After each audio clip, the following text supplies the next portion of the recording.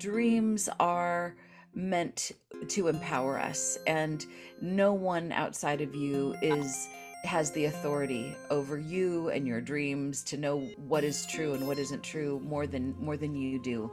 So dreaming basically is looking after our well-being emotionally. And that's why when it comes to a screeching halt, whatever that was, when it's over, they have that deep breath and they go, I'm okay.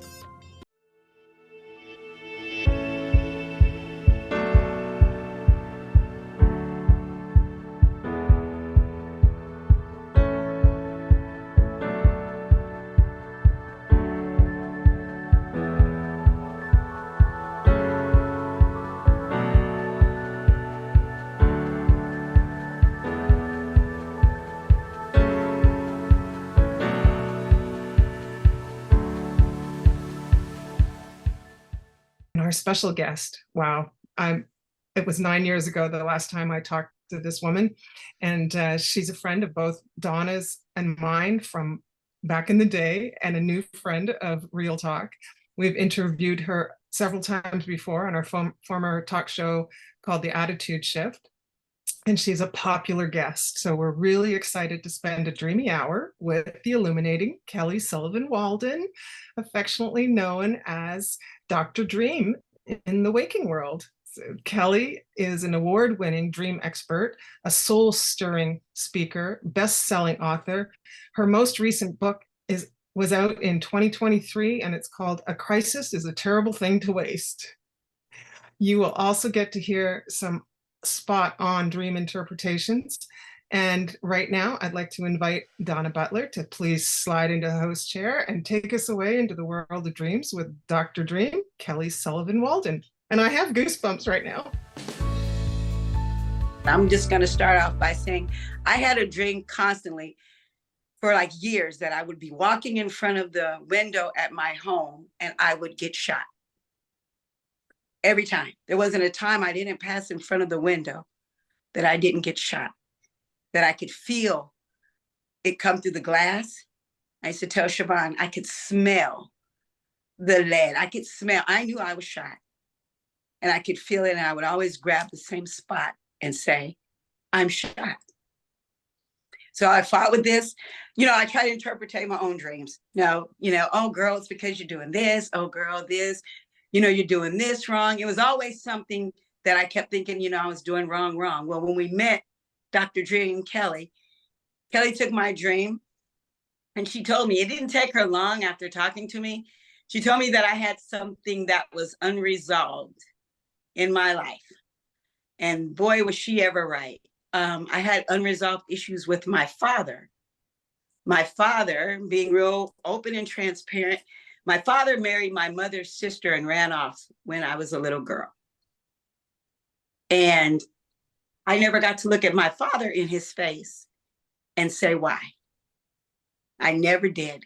All I could see was a station wagon pulling in front of that picture window that I got shot in year after year, day after day, dream after dream. It was always the same. And Kelly told me I needed to solve some unresolved, unclosed issues that I need to deal with and tackle.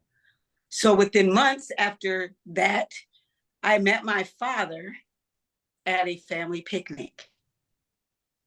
And I went to my father. I had not spoke to my father. I'm an adult, and I had not spoke to my father since I was 15 years old.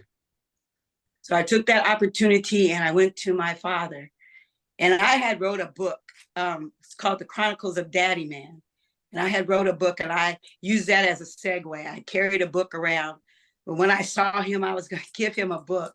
But when I went to him to give him the book, I asked him the question that I've wanted to know ever since I was 6 years old. Why? Why? Why? I carried you everywhere in my relationships, in my marriage. I found men that would desert me, leave me. I always picked the same thing. And I said, I wanted to know why.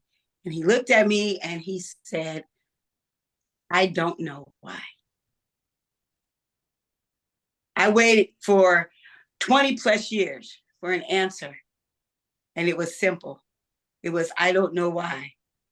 And when I took that answer, it was just like what Kelly said was in my soul. There's your answer. There's your unresolved. You have waited and you've carried this spectacular thinking it's going to be this great, wonderful. He's going to give me this answer and everything is going to be okay. And the only thing he could tell me, shrug his shoulders and say, I don't know. I laughed. I laughed. I laughed because I carried this vision for years, so much that it interrupted my dreams, so much it came into my life. Times when I didn't want it was always there, and it was simple. That unresolved thing I carried from a little girl up into adulthood. And so finally, when I looked at him and he gave me that shrug and said he didn't know, I went home, I analyzed, I cried, I wept, I paraded in front of that glass window. I did everything, asking myself, you waited for so long for this? You waited for this resolve? And you know what? This is the truth. My father died within 6 months of that conversation. We never spoke again. And I never, ever had that dream again. I've never, ever dreamt that dream. It was like when I put him to bed and his answer, that was the only unresolved thing in my life. That was the only unresolved thing that I never got to face. That I got to face. And it changed my entire life. It changed the way I think.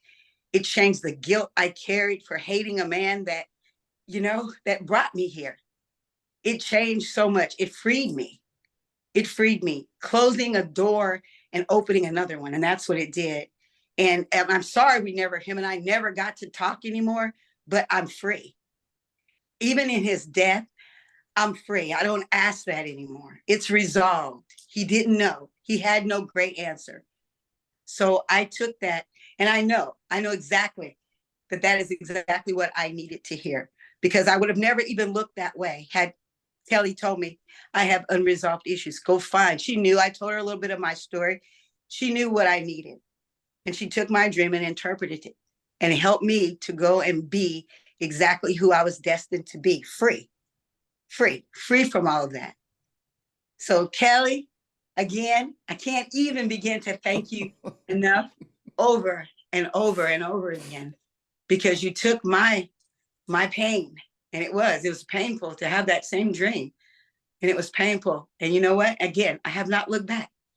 I have not. So my first question to you is going to be how? How do you know? How do you know when you talk to someone like myself? How do you know what we need when we tell you what we're dreaming? Oh my God. Well, first of all, I just like so many years ago when you shared this with me, I'm just like, I'm all teary. You touch my heart so deeply. I mean, it's typical on a radio show or a podcast or a Zoom meeting that it's typical to keep things sort of superficial, kind of like, up here. But I love that you just cut us right to the quick, like instantly, right from the soul, right from the heart. And I so love that about you. And I appreciate your courage and bravery and transparency and your generosity of spirit for actually not just talking with me and Siobhan and your listeners back then about your dream, but then being able to do the next step and act on the dream, which was to actually, when you had the opportunity to see your father, to have the best conversation you could and ask the hard question. And one thing I'll say, and this isn't answering your question just yet, I'll get to that, but I want to say that for all of us, there's the human level and then there's the spirit level. The human, we're spiritual beings having a human experience, not the other way around. So we're like 99.999% spirit, maybe like 0.001% human. And that human self, for many people, it's pretty dense. It's pretty much like, I don't know. We can't articulate. But the spirit that is the true self, if he could speak, he would say, my baby daughter, I am so sorry. I broke your heart and I shot your heart. again and again, I shattered you, and you had to live with that forever. And if I could go back in time, I would do something different. I would have been more conscious. I would have been more loving. I would have given you some kind of solace that I just didn't have. And I was probably following my pleasure principle because that was the only thing keeping me alive. A lot of times, when people don't know why they do what they do, it's because it's just it gives them a reason to live for one more day. And that may be the best he could, and he got you here, and I love that you recognize that. So this is nothing to do with dreams necessarily, only that often we share a dream and it takes us past the topsoil of polite and lovely chit chat conversation, which is fine and fabulous. But let's face it, life is friggin' short. Like, let's get to the guts, let's Yes. get to the heart, let's get to the soul. And often when we talk about dreams, we just cut right past that and get to that place. So, God, I just so appreciate you starting off the show and opening us up with that. And how is it feeling coming back, kind of bringing all of this back to you? First, it cut my heart. It did. I'm going to be honest. It just touched the heart. But then when I remember, you have to always remember, it's been interpreted. I've dealt with it. He can't answer me now. He gave me the best answer he could. Well, He can't actually, he answer me. can. His You know, spirit self can. I mean, this is one thing I like to share with people. I call this is like dreamifesting, and it's like dream work. It's like where you imagine the ending of the dream that would actually satisfy you. You channel in. The idea is that a nightmare is an unfinished dream, and you're the director of your dream. And because you have access to these people, you can say, hey, if your higher self, not just your ordinary human, dense self, but your higher self, if he could talk, what would he say? I What think might he today, say? my father, I think he would be really sad that he didn't get to say the things Yeah. that I felt like you said, his pleasure principle was way up here. Yeah. But his I'm a grown woman, so he wasn't on that level of remembering that I'm a grown woman. He was Mm-mm. still where he was. But Of I think course. he would be very proud of me. But Yes. I think more than anything, he would be very, very sorry. He would be Yes. very sorry. So that's what I've done in in my heart. Like I said, talking about it immediately, it brought me back. I could still see the three of us, me, you, and Siobhan, talking that night. I could still In the see red that. Corvette. Yes. Mm-hmm.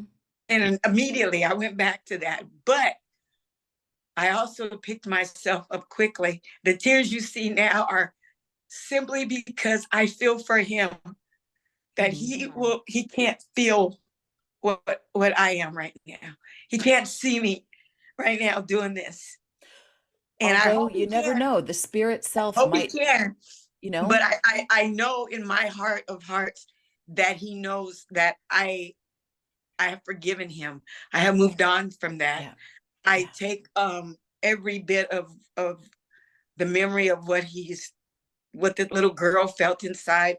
All that is used to my own good now.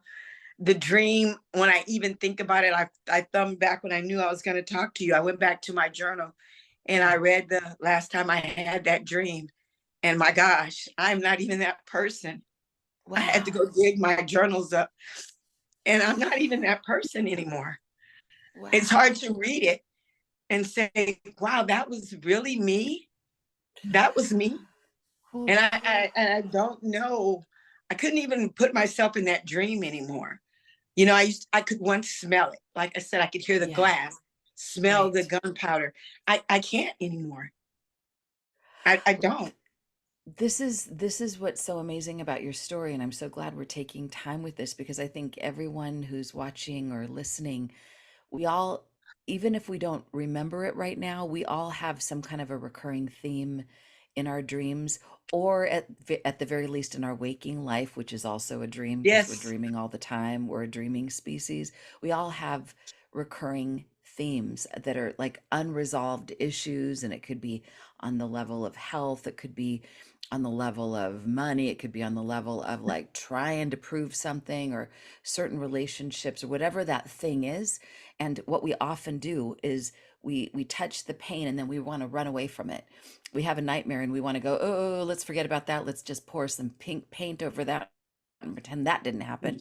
But then what we resist persists, and we can't run and hide from these things. I mean, we can for a moment, but they come back out after us with kind of with fangs. I mean, they get bigger and stronger. It's, I always think of the movie Fatal Attraction. Like the further the Michael Douglas Yes. character tried to run from him, Glenn Close was like, I'm coming after you, Yes. because these dreams want to be resolved. They're Yes. parts of ourselves. It's almost like we're a jigsaw puzzle, and Oh, there's I these love that. missing puzzle pieces that represent traumatic moments from the past, and they want to be integrated into the whole, but we keep throwing them away, we keep trying to lose them, and then our dreams keep kicking them back to us. So recurring dreams, and even very difficult, painful dreams, if we can bear it, if we can have the strength that, and you know, one thing you did, and I don't, you didn't mention it this time, but I asked you to go back into the dream, but this time bring an ally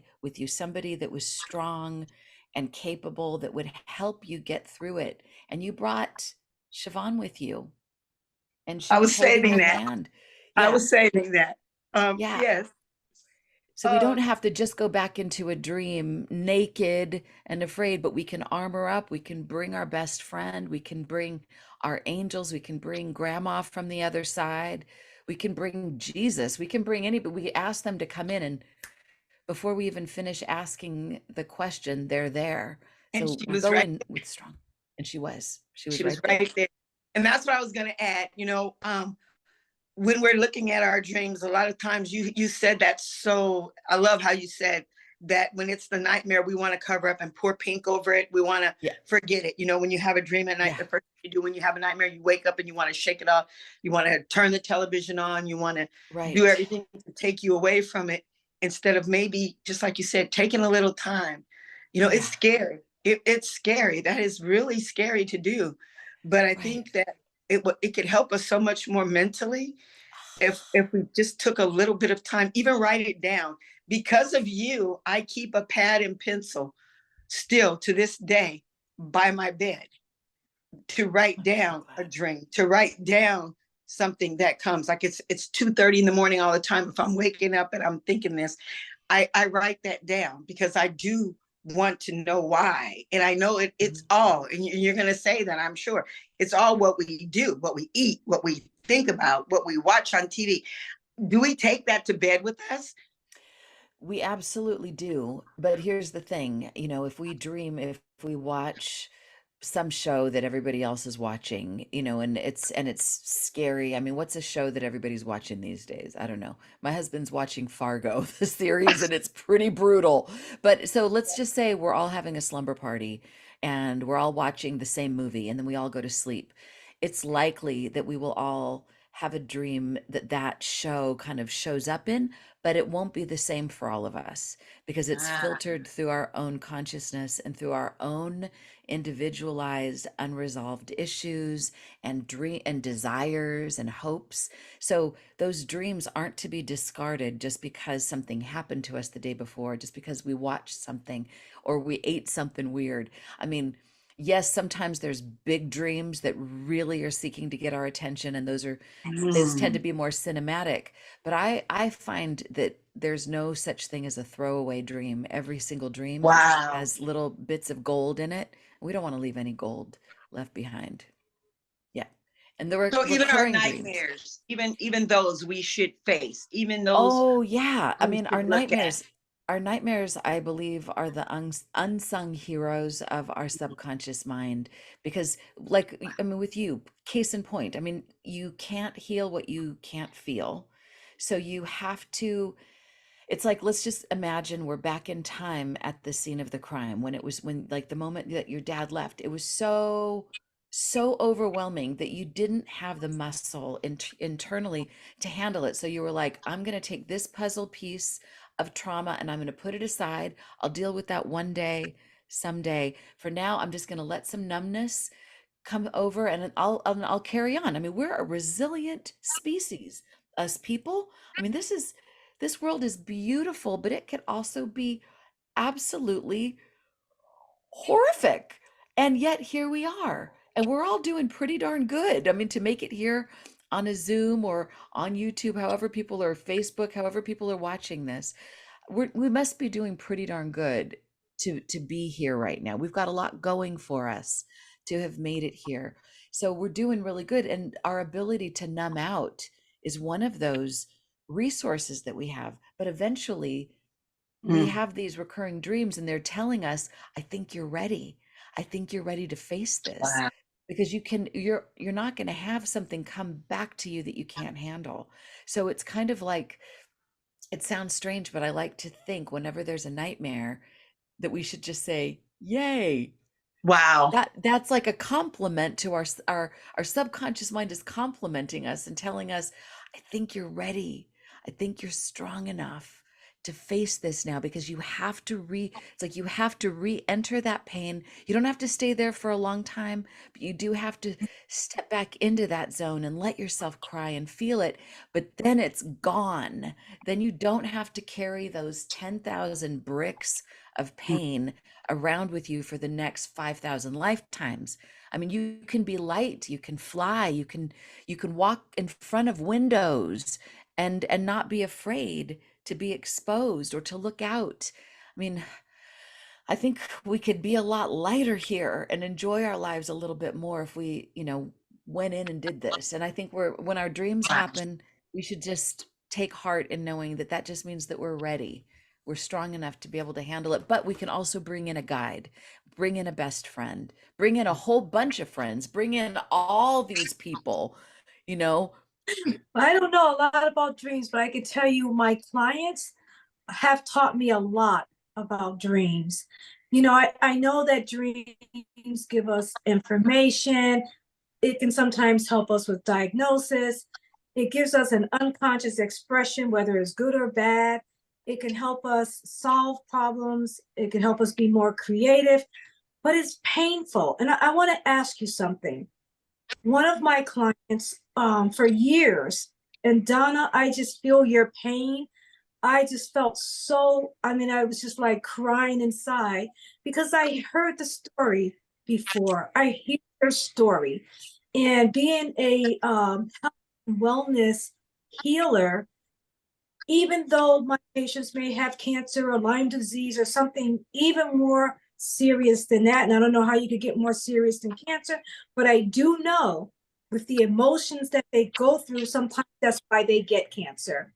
So one of my very wealthy, very creative celebrity clients who you may know, so I don't want to mention the name, but for years, she just kept talking about this thing that happened to her and how she was falling off the cliff. And she was afraid to hit the water, but she would never get to the water. But she didn't know whether she should hit the water or the cement.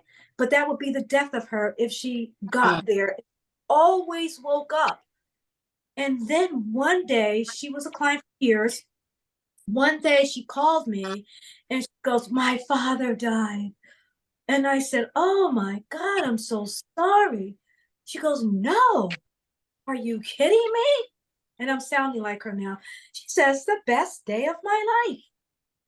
I don't have those dreams anymore. Oh. And I just want to know, how do you heal somebody before that? Wow. Before Donna had to get to that, she wants her father to know how she felt. This client she didn't want to get to that. I definitely didn't want to hear that. I was like devastated to hear that she said that, because I wanted her to just like grieve, because I was like grieving. She was a client for a lot of years. But when she said that, I just said, there's something more something more to this. There must be a healer out there helping people like this before they get to this point in their lives. Yeah. Well, I've got two completely opposite thoughts to answer your question and to respond to this wonderful, wonderful perspective. On one level, it takes what it takes for the healing. It takes as long as it takes. I mean, we don't know. We might have been working on the issues that we're healing right now for lifetimes and lifetimes. So we really can't judge and be angry at ourselves for not healing quicker, because it just takes what it takes. And often the layers and layers and layers just go on forever. However, another perspective is, they talk about this in A Course in Miracles. They talk about the holy instant. And there's that notion in, I believe it's a Hindu phrase called Satori, that where there's like instant enlightenment. And in some way, what happened with Donna was like an instantaneous healing, because she faced it. So I talk about my method for dealing with difficult dreams and difficult situations in life. I've actually got two formulas. The easy one, well, they're both easy, but they're also a little difficult. So the first one is fear. It's how to handle fear. FEAR. You face it, embrace it, ace it, and replace it. So that's like a mini it's oh, it's a way to be able to transform it into gold. So, and so what Donna did was she faced her father, and she didn't, I mean, she didn't know it was her father. And when we were talking about it, it was just a figure. It was kind of like I think he was hooded. Like you couldn't see Yes. him. Yes. So we Couldn't didn't see it. know it was her father, but I knew, because I always tell people, let's go back, because a nightmare is an unfinished dream. Let's finish it. You're the director. What do you want to do? And I remember the first thing Donna said was what most people typically say is, I just want this not to happen. I just want there to be no shot through the window. I don't want to, none of that. And I'm like, okay, let's try that it does happen though, but this time you do something different. You move toward it. You ask, why are you doing this? What's your good intent? But you bring in somebody to help you feel strong enough to face it. You don't have to face it feeling weak.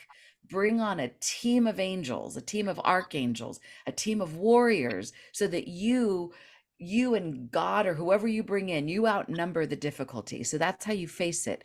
And then to embrace it means that you figure out why, what its message is, what it's trying to do. And often, strangely, the difficult thing that's chasing us or coming after us isn't trying to hurt us. It's trying to get our attention. Sometimes it's even trying to give us a gift. Sometimes it's trying to give us a message. It's trying to help to reconcile something. It's often a shock. So to embrace it is to get the message and then incorporate it, bring it into ourselves. Sometimes we even imagine that we embrace that being. And Donna, I think that's what you did to him. You actually Yes. literally embraced him in your redo of the dream. And then to ace it means that Yep. now you're the strong one. Now you've flipped it. So you're the one in the power. To ace something means that whatever is challenging you becomes teeny tiny and you're like a giant. So you are the one that's in control. And then to replace it is where you take somebody who once upon a time was an enemy, and suddenly you see, even if they're not going to be your very BFF, they're not going to be your best friend, but you can see how they could be an ally. And in some way, Donna, I don't know if we talked about this way back then, but I've thought about it so many times since, that if somebody does you wrong in this lifetime, it's like that person owes you. I mean, there's a cosmic balancing act in this universe. Things like the universe doesn't like a vacuum, and the universe doesn't like imbalance. So if somebody hurts you in this life, then they're going to do something to try to be a blessing in your life from the other side or in the next lifetime. So you've got that to look forward to. So in many ways, you've replaced the Yeah. quote unquote enemy with an ally. And yeah, so that's one way of looking at it. And I think it's possible. Like if we were to evolve, I'll just sort of wrap up with this. If we were to evolve in an instant, like fast forward the movie of our lives to that place where we are just filled with light, filled with clarity, filled with love to full capacity. I think from that state, anything that came our way that rattled our cage, we would heal it in an instant. And you're absolutely right, Dr. Roni. I think there is a correlation between illness, dis-ease, and that energy, those burdens that we just keep carrying with us because we don't even know that it's possible to unburden ourselves. Well, first of all, I will say thank you, everybody, for the beautiful shares that you have given tonight. Thank you, Donna, as always. I love hearing your stories and and sharing your authenticity. I truly want to live a life of authenticity because that is the highest vibration that you could be sharing. And the more we grow with this community, the more I am proud for how authentic and real everybody's becoming. Dreams are meant to empower us, and no one outside of you has the authority over you and your dreams to know what is true and what isn't true more than you do. And yeah, so I feel like my job is to fan the flames of your own power, your own wisdom, and bring it in. And to play with the intuition is a really great way of doing that. I always like to say, before interpreting dreams, I don't know if I had a chance, if I probably didn't say it this time. I don't know if I did or not. Sometimes it happens naturally, but before I interpret a dream, I'll say, if it were my dream, and then I'll let it rip, because I always want to, I don't want to ever take the power away from the person who I'm talking with about their dream. And so if I'm going to riff with my intuition, I might say, wow, what this feels like to me is blah, blah, blah, blah, blah, blah, blah. And what does that bring up for you? So I think I don't think there's any wrong way to do it. But you're right. There are some systems of dream work that can sound very dogmatic, and in the end, it makes a person feel small, and it makes a person feel a little crazy and like there's something wrong with them. And the truth is, our dreams, even the most scary, most difficult dreams, they're revealing themselves to help us correct, to get us to always in favor of our health, our healing, and our wholeness. Our dreams are trying to sometimes wake us up because we're off track from our greatest expression.